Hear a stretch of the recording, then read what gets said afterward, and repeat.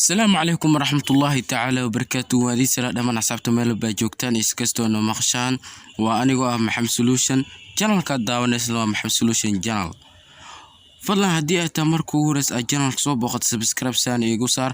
hadii aad hor ugu tursaneen mucaashiqiintina qalbiga inooga yaala like iyo wadaag laamaha noloshaada, yacni like iyo wadaag laamaha nolosha marka dhin waa video like inoo saar. Okay, maanta waxaan gudgal doonaa qaybteeni afraad ama baartigeeni shanaad ee sida loo sameeyo YouTube channel casri ah oo inoo maraayay party 4. hadda aan gudbi doono party 5. waa muhiim, aad u muhiim ah. party 5 waxaan ku baran doonaa sida loo farfaagireeyo YouTube kaaga. Okay, qaabka loo farfaagireeyo ayaan tus doonaa. marka uu reeso YouTube kaaga haduusan farfaag ku ahayn awood uma yeeli doontid inaad thumbnail aad saarto. hadda waxaan rabaa inaad thumbnail saaro kala qalinkaas aad taawanaysaa edit thumbnail ee dhisa meeshaan laga custom data wuxuu ku leeyahay to add custom thumbnails verify your account on YouTube on your computer.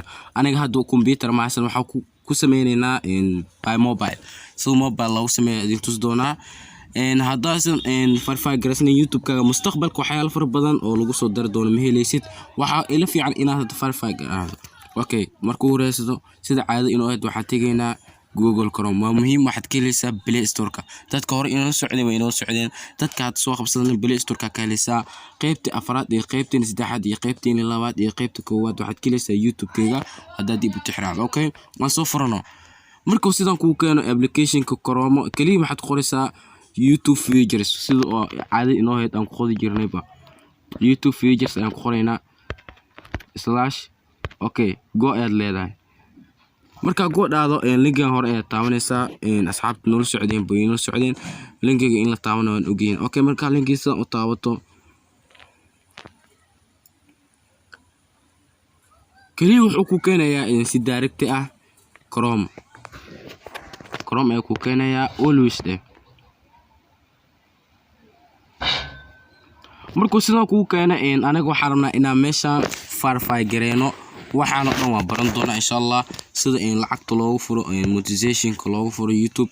hadda waxa ujeedaa monetization-kan illegal inay tahay sidoo kale live stream-ka illegal inay tahay enable oo sidaan ayaan saarnaa insha Allah ta'ala. Okay, jaan war idin ku daalin verify meesha ay ku qoran tahay aan taabano. marka sidaan verify u taabato waxaad ku Soomaali aad ku dooranaysaa. waxay ku leeyihiin text man kugu soo dinaa message aan code-kaaga mise call aan kugu soo wacay. aniga waxa dhigana text inoogu soo diro midkaas text. Okay, text aan taabanayna waxaad gelinaysaa telefonkaaga. soo telefonka in la arko mid doonaa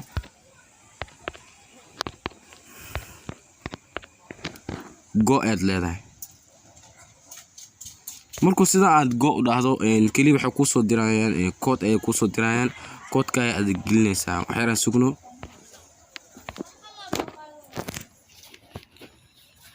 way noo soo dhac code-kii.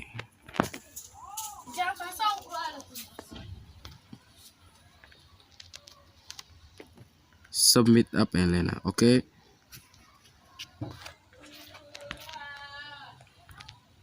submit up and lena.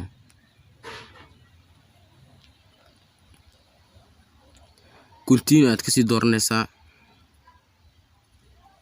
hadda waxa ujeedaa meeshii verify inoo aad inoo verified inoo noqotay. waxaan tagaynaa hadda YouTube Studio aan tagaynaa. marka YouTube Studio sida u tagto kaliya qalinka yar ayaan ku soo laaban edit thumbnail aan leenahay. Okay, mar labaad aan ku laabano.